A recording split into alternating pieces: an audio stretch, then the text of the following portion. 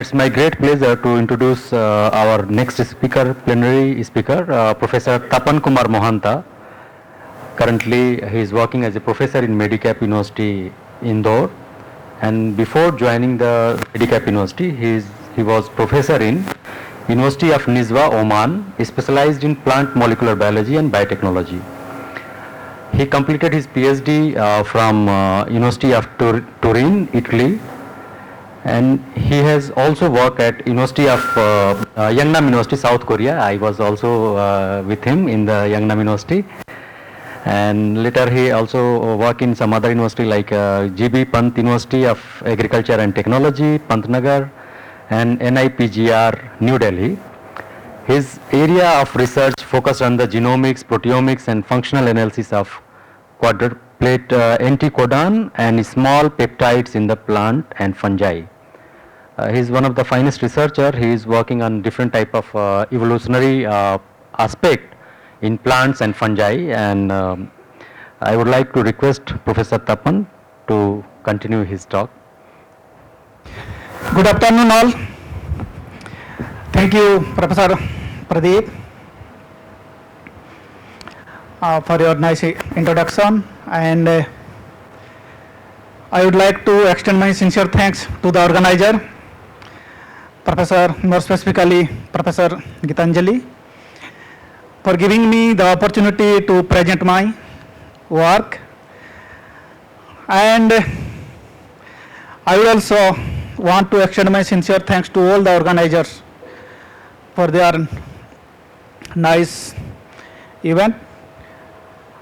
This is post-lunch session, so everybody will be in a different mode, maybe sleep mode. So I will try to little bit warm up the environment, warm up the atmosphere. So we all are life scientists, right? We are life scientists. We are doing life science research, isn't it? But what is life? Can anybody define? Can anybody define what is life? You know, but little bit it's difficult to give an exact phrase, right? So here it is, the phrase. If you can remember, a living force is called life. So there is a difference between living and life. Somebody can contradict this thing also. And the theory of evolution, like the theory of gravity, is a scientific fact. If somebody say this is theory or blah blah blah, lot people always debate. But it is a scientific fact. So it comes the DNA, RNA, protein, and the girls more specifically know what is DNA, what is RNA in their inner core of thoughts.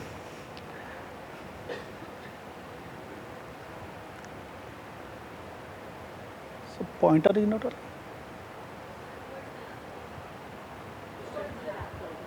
Okay.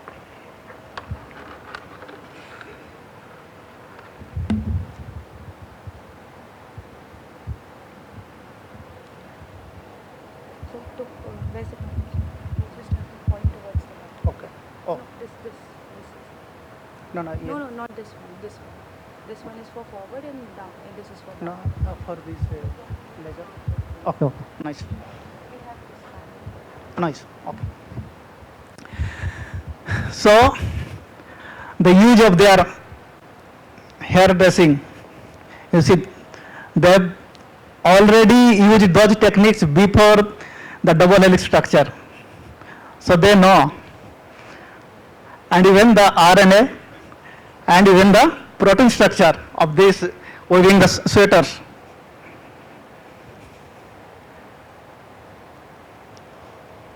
Here you say this pasta.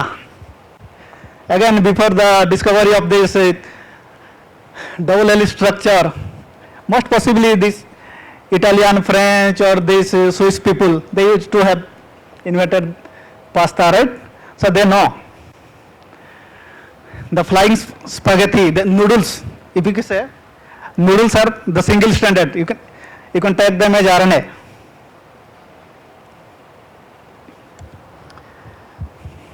And in the concept of evolution, this is new evolution in the current scenario.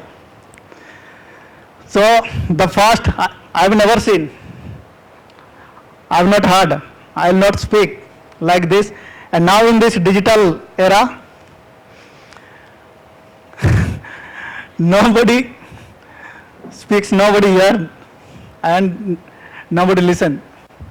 They are busy with only one thing. So this is the evolution, digital evolution.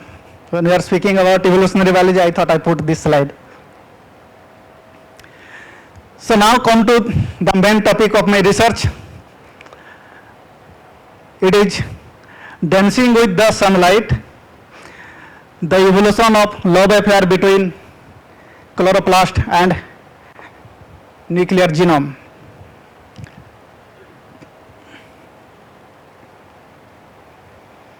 So what is the love story?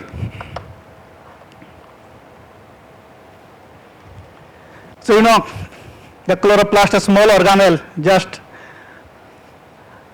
it's reside in a quiet chamber of the cell and always waiting for the dawn of sunlight to kiss its thylakoid.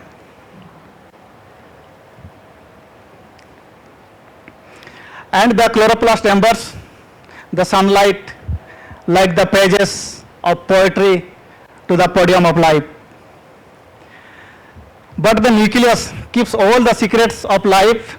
The nucleus, it keeps all the secret of life and keeps watching the chloroplast vibrant beauty of chlorophyll and carotenoids.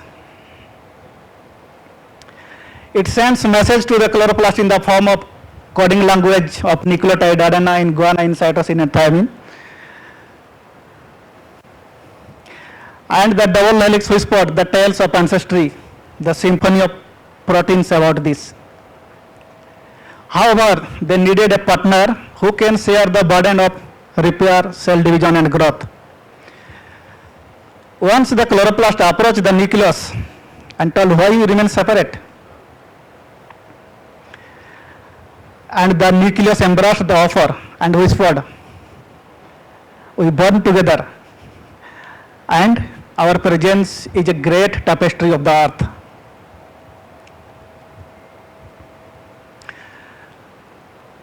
But the chloroplast whispered, although we burn together, I am ephemeral, so my life is little bit less. On the distance, the shimmering chromatin strand shouted and told, I hold the blueprint of life, of existence, and you just neglected me. But the chloroplast always basking and enjoy with the sunlight. The chloroplast replied, look at the veins of the leaves. They carry our legacies, and from there a clandestine love affair begins between the chloroplast and the nucleus.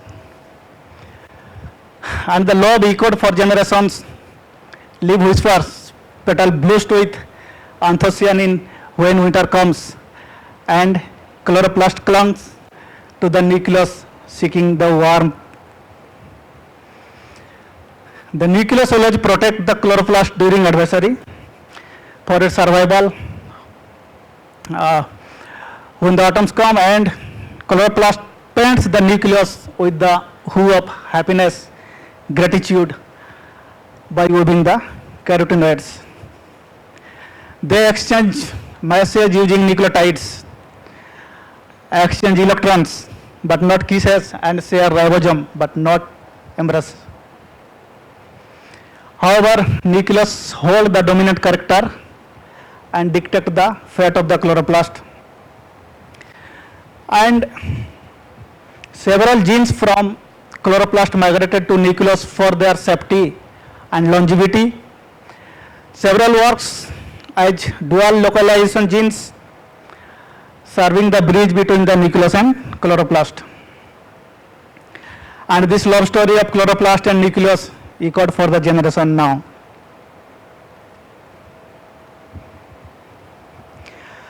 And here it is the chloroplast genome. It is circular in structure.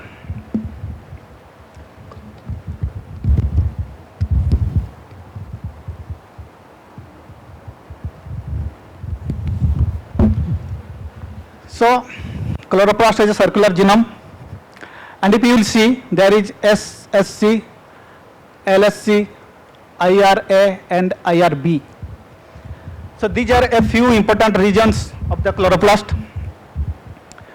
The IRA, that is called inverted repeat, that divided into two parts, inverted repeat A and inverted repeat B. And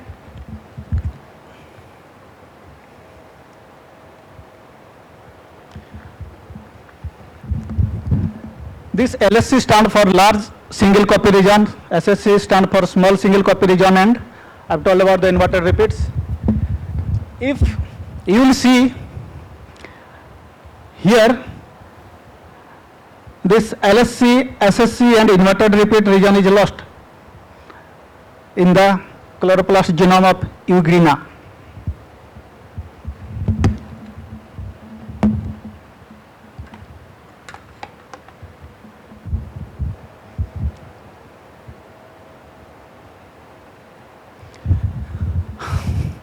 The large single copy region is around 80 to 90 kilobase and codes for genes associated with photosynthesis. Those are RBCL, ribosomal protein, all of those, and it contains gene associated with transcription, translation and recombination event. And the region captures light energy and it converts the light energy into chemical energy. If we come to the small single copy region, it is 10 to 20 kilobase size, and it's subject to intragenomic recombination, that is associated with inverted repeats. And few genes like NDH, YCF, PSA, PSC, all these genes are encoded in this region. And in the inverted repeat region, you will find the ribosomal RNA, tRNA, and this inverted repeat helps the genomic stability of the chloroplast genome, and it associated with gene duplication, recombination and replication event. So, when I started my study in chloroplast genome, there was 2500 chloroplast genome existed, so I took 2500 chloroplast genome and did the study. And those who are from this taxonomic group of plant kingdom also, and this Euglena, protist and corals also. And from the study, I found the genome size of Haematococcus lacustris encoded the largest chloroplast genome in the entire kingdom of chloroplast genome. On the other side, the genome of Pilostyle Ethiopica encodes the smallest genome, that is 0.01 MB. However, the average genome size was 0.15 MB. The average genome size I found in the chloroplast genome was 0.15 MB. And from them, the chloroplast genome of algae group was largest, while the protist group has the smallest genome size. And I did a PCA analysis, and from here you can see the gymnosperm and bryophytes, the genome size of gymnosperm and bryophytes fall together. Protist and algae, they are distantly related. So one is having larger genome size and another is having the smallest genome size. And the pteridophytes, eudicot and magnolids, they are grouping together. And when I compared the number of coding sequence, CDS, protein coding sequence they encode, here you can see the Pilostylus Ethiopica, it's encoding very less number of CDS, while Pinus coriensis encodes the largest number of protein coding genes.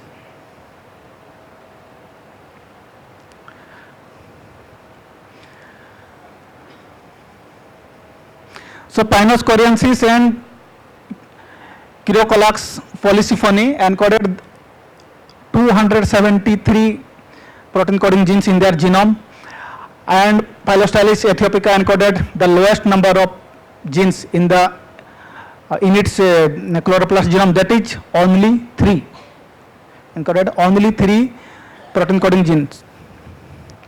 However, in the entire chloroplast genome, the average CDS number was 89.9 CDS per genome,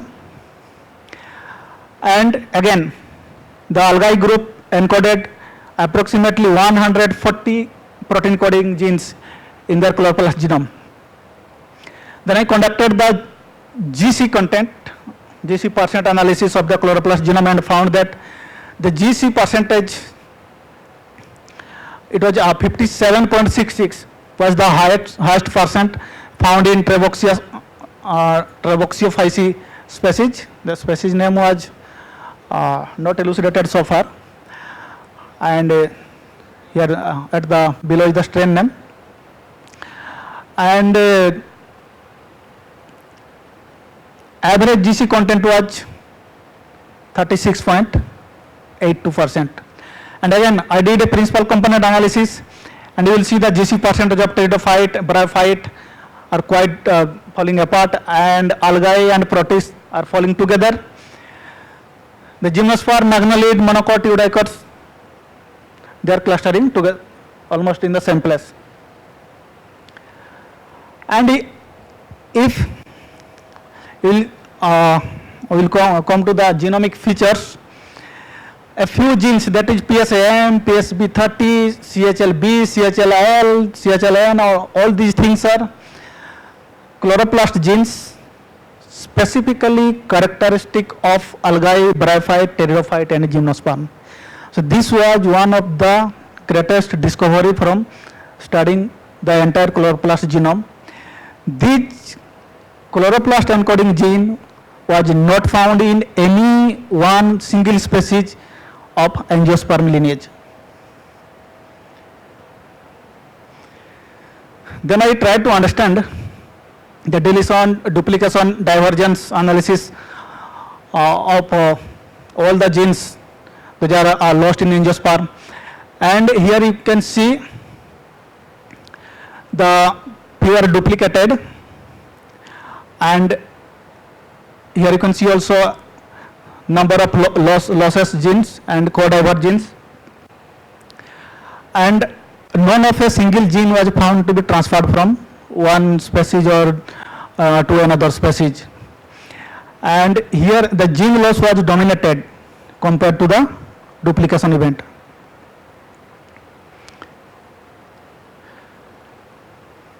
Again, I did a phylogenetic tree of PSB30 gene and try to understand how they are evolving, and you can see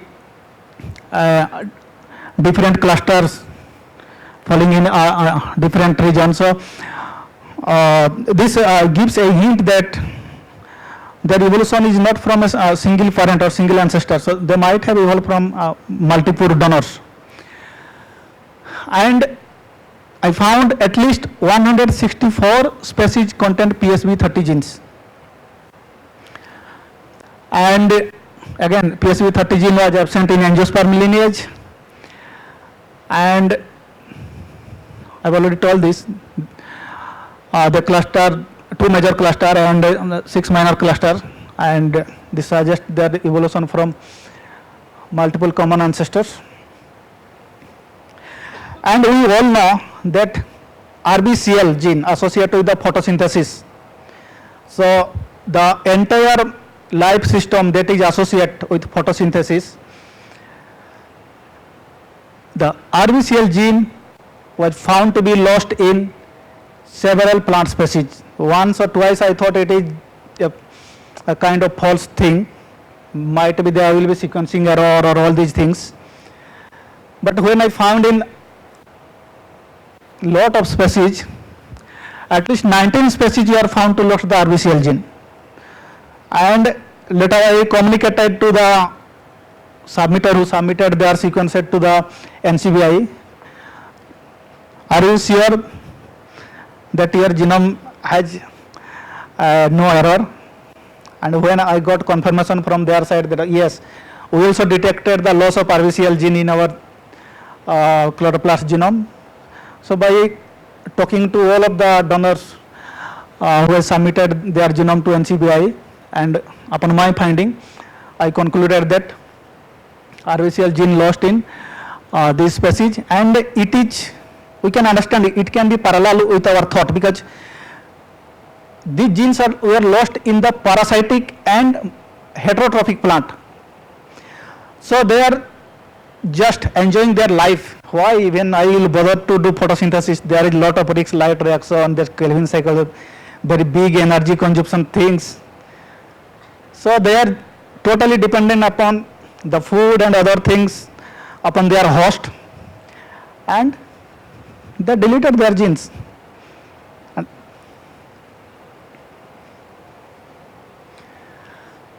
then I checked the deletion of inverted repeats, and according to almost all lineage, and that deletion of inverted repeat was around 10.3%.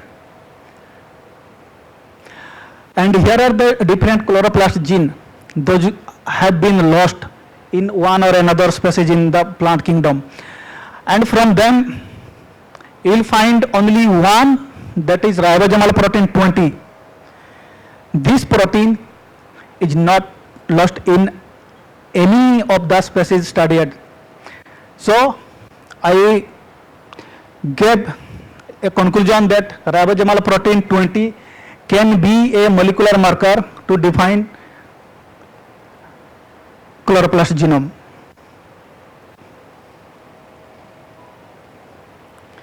And again, the gene loss was more frequent in eudicot compared to the monocots, and a few genes those were deleted only in the eudicots and not in monocots. And loss of RPS gene was unique to only the gymnosperm lineage. And these genes, the ACCD and NDH, all of these genes were found to be common in between eudicot and gymnosperm, eudicot, gymnosperm and monocots with regard to gene loss.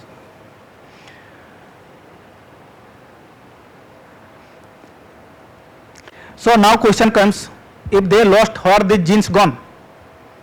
Right? So they got their partner. They have shared their gene with the nuclear genome, they sent their genes to the nuclear genome. So I analyzed the nuclear genome of 145 plant species, the entire nuclear genome of 145 plant species, and I found that lot of, almost all genes are transferred to the nuclear genome in one or another species, so it is dynamically. And these are the list of genes that I found migrated to the nuclear genome. Those are supposed to be encoded in the chloroplast genome. And again, ribulose biphosphate carboxyl as small chain was also found in the nuclear genome. So how these things happens? So might be genetic recombination would be one of the most prevalent mechanism by which this gene loss might be happening.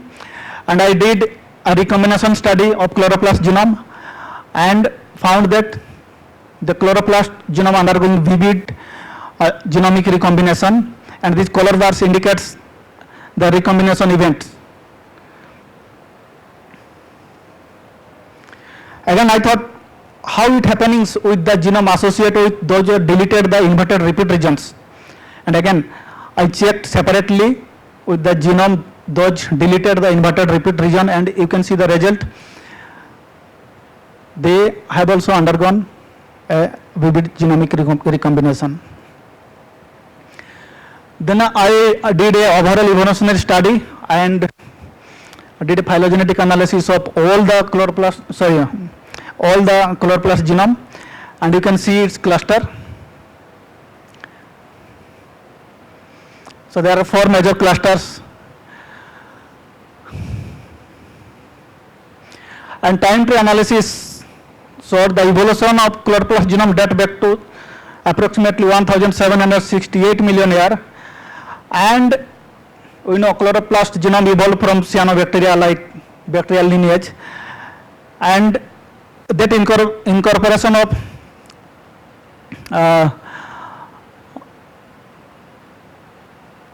the chloroplast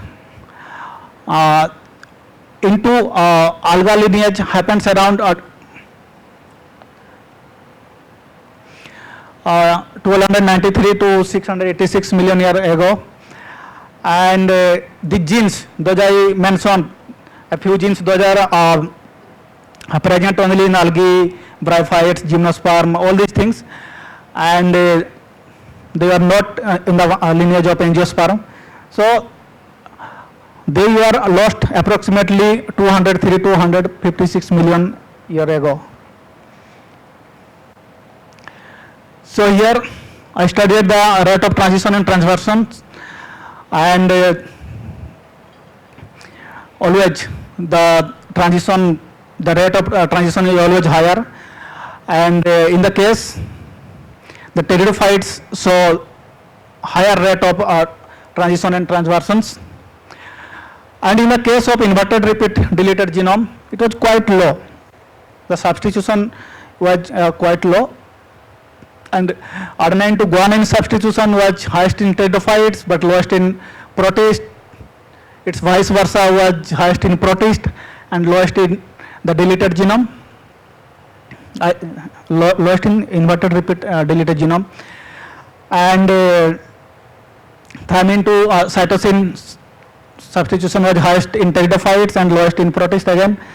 C to T was highest in protists and lowest in nymphali groups. And in the transversion case, it was highest in protist and lowest in pteridophyte.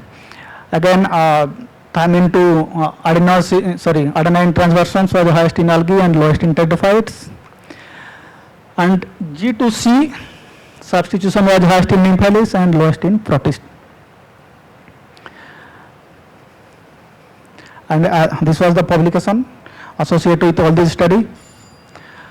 Okay, and I constructed the chloroplast genome, and I constructed the anticodon table of the chloroplast genome, and here I used approximately 6,000 chloroplast genome, and during the study I found the presence of quadruplet anticodon in the tRNA, and I was the first to report the presence of quadruplet anticodon in the tRNA, although it was not experimentally validated by me, but from the biological source, that from the genome sequence I reported for the first time.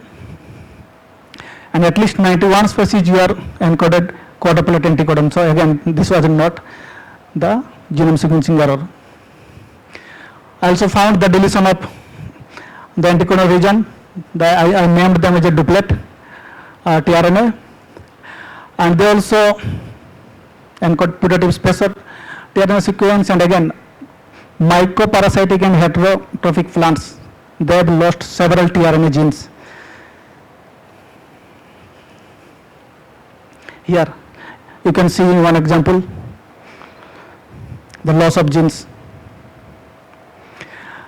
Considering the tRNAs having different anticodons, I given a principle, and I found that there is anticodon specific clustering, and a few anticodons, that is GCC, GCU and all the 4 or 5 anticodons were found in both clusters. Otherwise, the rest of the anticodons are specific to one cluster. And this is the phylogenetic tree of quadruplet anticodon tRNA, and you can see again the branches are quite diverse, and I found they might have evolved from the addition of nucleotides, and I published this study in the scientific reports. And again, here is my ending. And the tail of love affairs, this is the last slide. The plant cell whispered its secrets chloroplast in the language of light and chlorophyll, and every green leaves dance with the sun. However, our generation chloroplast losing bit and piece of its identity by losing its genes, and the strength and capabilities of chloroplast gradually fading away. It was an inevitable dance of evolution, but it left the chloroplast feeling incomplete with the loss of different genes. However, the light and beauty carried with the chloroplast genome found its space and the nuclear genome, found its space in the nuclear genome. And chloroplast and nuclear genome spent countless sunrise and sunset together, sharing stories of this world. And their bond grew stronger with each passing day, and although chloroplast lost its genomic content, it got its strength by finding its nucleus inside. And their story became legend in the world. And it was the tale of love that transcended the boundaries of cellular compartment. And thank you all for listening to my talk. And if anybody want to ask any question, please. Thank you very much.